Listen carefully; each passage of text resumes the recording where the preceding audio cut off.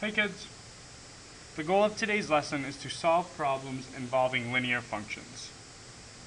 So remember, we want to keep our work neat, organized today, and we want to use all the information we know about linear functions. So looking at example 1, three linear functions a, b, and c are represented below. Word statement, linear function a. Graph, linear function b. Table, linear function c. And we want to know these four questions. We want to know which one has the greatest rate of change, the slope. We want to know which has the greatest y-intercept, b. And we want to write the equation of a line that has the same y-intercept as one of the functions, but a decreasing slope. So decreasing is going to be negative slope. Okay, so we're going to have to write an equation. Choose 4, choose again a linear function, write the equation that is parallel but is higher on the grid than that line. So we're going to get to choose and write the equation again. So I see a lot about equations. So my strategy for today is going to be create equations of each representation. Create equations y equals mx plus b of each equation. And that's going to be the hard part. Once I have that done, the questions I can answer quite quickly. Okay? So we're going to keep our work neat and organized. We're going to use a separate sheet of paper today. And we're going to work just with A. And again, we're going to try to create an equation in this form of A. So A, function A, twice a number y subtracted from, it's kind of like less than. Subtracted from, same as less than. Triple a number x is 4. Remember, is equals 4. Okay, so twice a number y, 2 times y, twice a number y, subtracted from, flip it, triple a number x. Triple a number x is like 3 times x. And we got to remember, subtracted from kind of means flip them. So I'm going to put together my equation here. 3x, flip it, minus 2y is 4, equals 4. And right off the bat, I notice, this is not in slope-intercept form. Let's make it that way. So I remember my first step is to always add the opposite of x. Add negative 3x to each side. When I do that, negative 3x plus positive 3x goes to 0. Negative 2y comes down. And I also remember that I can't add these two things, they're not like terms, but I can switch them because we can switch the order of addition. So it's the same as negative 3x plus 4. Last step, to isolate this y, to make it all alone, I see negative 2 is multiplying y, so I'm going to divide it by negative 2. Divide by negative 2. Divide by negative 2. And when I do that, negative 2y divided by negative 2 goes to a positive y. Negative over negative is positive. Positive divided by a negative is all negative. So my equation is, for function A,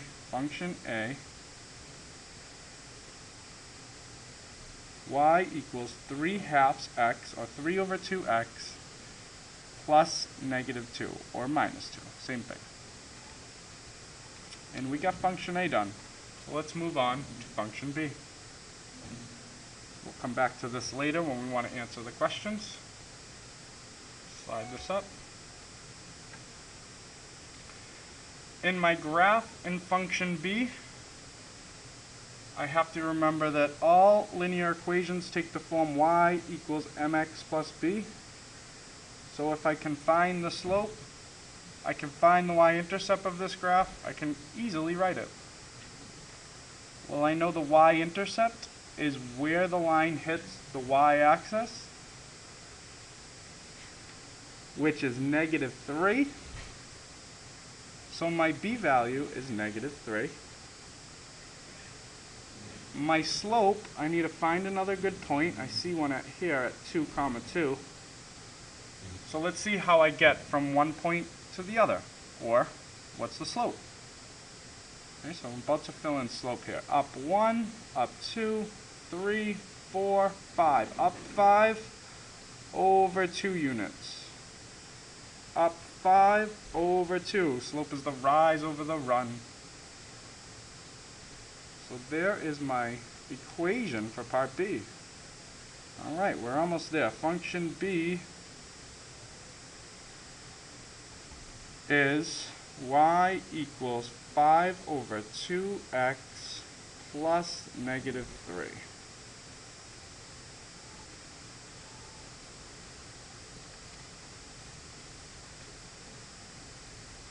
For function C, this really confuses me when the table goes horizontal. So I'm going to make it go, I'm actually going to add that middle column because that helps me. I'm going to add x, y.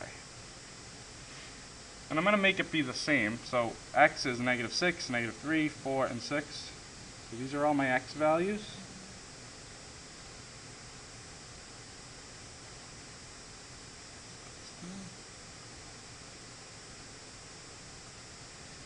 Y is negative 5, negative 2, 5, and 7. And now I want to calculate the changes in y over the changes in x. My first thing, in order to turn this table into an equation, I need to find the slope, I need to find the y-intercept. I always find slope first. So I'm going to pick a row, pick 2 rows. I'm going to pick these 2 rows because they're both positive numbers. I like positive numbers better. The change in y, and then I'm going to calculate the change in x. So 5 to 7 is plus 2. 4 to 6 is plus 2. So the slope of this line, the slope of this table is 2 over 2, or 1. 2 divided by 2 is 1. Well, now I know my slope. My slope is 1. Slope multiplies x, adds a value, which is the y-intercept, to equal y. So let's take our slope, and we're going to use that same row. Times 1 plus something is 5. Times 1, 6 times 1 plus something is 7. Let's see if we can figure this out. 4 times 1 is 4 times 1 is 4. 4 plus something is 5. That must be a 1. 4 times 1 is 4, plus 1 is 5. 6 times 1 is 6. 6 plus 1 is 7. So there's our y-intercept. Our y-intercept of this equation is 1. Our slope is 1. Okay, so I'm going to move this up, and on my little graph here, my separate sheet of paper, I'm going to write in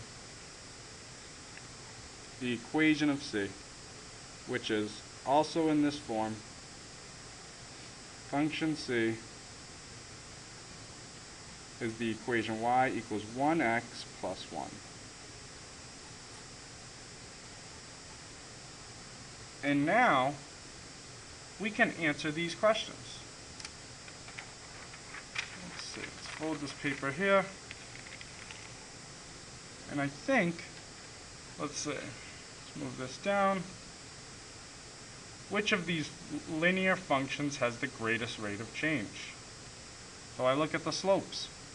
Which one has the greatest value? I'm going to let you figure that, how I got this answer, but it's function B. 5 over 2 is bigger than 1. 5 over 2 is bigger than 3 over 2. Which function has the greatest y-intercept? Negative 2, negative 3, positive 1. Which one has the greatest y-intercept?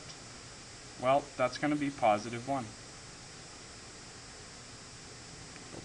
Function C.